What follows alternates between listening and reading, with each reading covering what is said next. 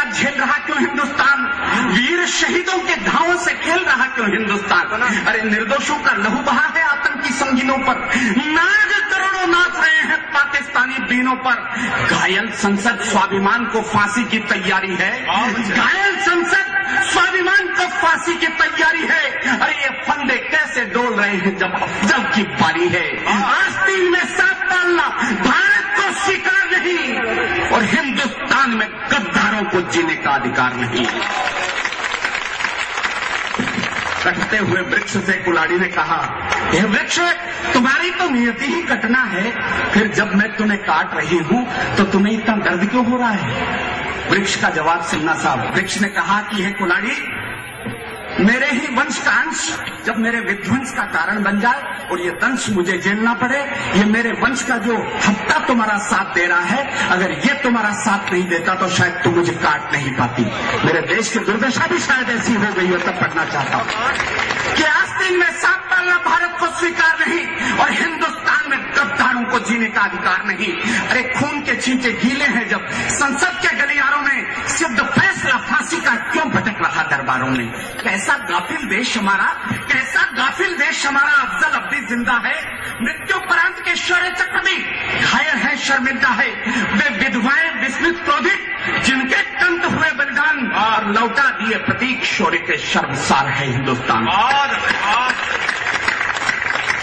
लौटा दिए प्रतीक शौर्य के शर्मसार है हिंदुस्तान। उठो सिंह सपूतों, फिर से सारा हिंदुस्तान उठे और सिंहासन दिल्ली का डोले, ऐसा कदम महान उठे, फिर दिल्ली के चौराहों पर वंदे मातरम गाना है और हुंकार हमारी अफजल को फांसी पर लटकाना है। खोया दिनकर खोज रहे क्यों सब मिलकर अंधियारों में, सिद्ध फैसला फांसी का क्यों भटक रहा दरबारों में? और याद करो जलियांवाला, याद करो जलियांवाला, जब मौसम आदमखोर हुआ, इनकलाब के नारों में तब बलिदानों का दौर हुआ। अरे कौन सजा देता कायर को? वो शासन ही हत्यारा था, पर उधम सिंह ने उस कायर को लंदन जाकर मारा था। फिर उसी देश के स्वाभिमान को अफजल ने ललकारा है, वो दंड अधम को दंड मिलेगा, ये संकल्प हमारा है। और ऐसी भीष्म प्रतिज्ञा हो तो शेषनाग भी हिल जाएगा, और 100 करोड़ का बजे शंख तो मृत्यु दंड भी मिल जाएगा। पांचजन्य है गूंज रहा जब रित रजनी कर तारों में, सिद्ध फैसला फांसी का क्यों भटक रहा दरबारों में? अंतिम पंक्तियां पढ़ता हूं कि सत्ता का इंसाफ तराजू मध्य हवा में डोल रहा है कुमार भाई, कि सत्ता का इंसाफ तराजू मध्य हवा में डोल रहा है, और गद्दारों के मंसूबों से लहू हमारा खोल रहा है। चक्र सुदर्शन उठा कृष्ण को शिशुपाल वध करना होगा।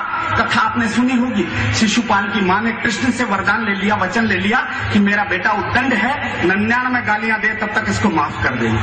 चक्र सुदर्शन उठा कृष्ण को शिशुपाल वध करना होगा, और ये 100वीं गाली है अफजल, अब तो तुझको मरना होगा। अब सरेआम फांसी दे दो वरना इंसाफ नहीं होगा, और बलिदान हमारा चाहे लो पर अफजल माफ नहीं होगा। मारा पत्ते की मौत उन्हें जो भारत मां पर घात करे, और पहले उनको फांसी दे दो जो माफी की बात करे। ये बढ़िया लोकतंत्र के उन गुंडों की गिनती हो गद्दारों में, और सिद्ध फैसला फांसी का क्यों भटक रहा दरबारों में। पिछले दिनों मैंने कुमार भाई इस कविता का पाठ किया मैरोली में। दूसरे दिन मुझे सूचना मिली कि भैया नए नए कवि बने हो, ज्यादा ऐसी कविताएं मत पढ़ा करो खुले मंचों पे, कभी फतवे जारी हो जाएंगे। मैंने 2 पंक्तियां उसको मंच के माध्यम से पहुंचाने की कोशिश की कि मैं आक्रोश का गायक हूं, अभिनंदन की चाह नहीं, और रक्त तिलक का धायक हूं, मुझको चंदन की चाह नहीं, और दिल में हिंदुस्तान बसाकर रखता जान हथेली पर, इसलिए मौत के फतवों की मुझको हरगिज परवाह नहीं।